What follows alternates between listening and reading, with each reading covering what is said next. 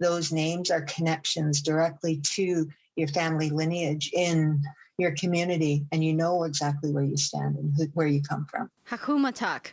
Angela White says it's a sacred traditional name she's been holding close for years, and she's encouraged by Ottawa's announcement to share Indigenous names on federal identification. There is ceremony behind it, and those ceremonies is your family lifting you up to let the rest of the community know that this is your name.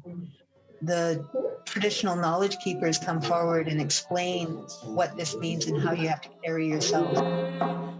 Indigenous peoples can now apply to change their names on documents like passports, status cards, permanent residency documents, and social insurance cards for free. Welcome news for many survivors, but a mixed response from diverse communities.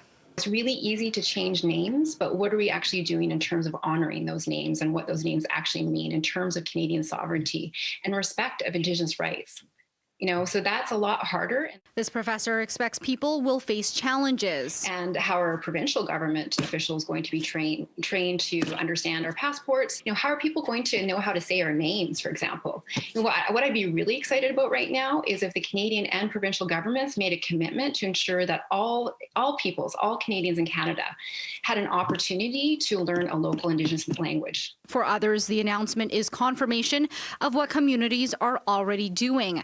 While residential school survivors were taught to be ashamed of their names, White says young families are giving newborns traditional ones. You look at the youth and they're really strong, and they believe in that pride. They're the loudest out there, and I think that's encouraging. In Vancouver, Crystal Laderas, City News.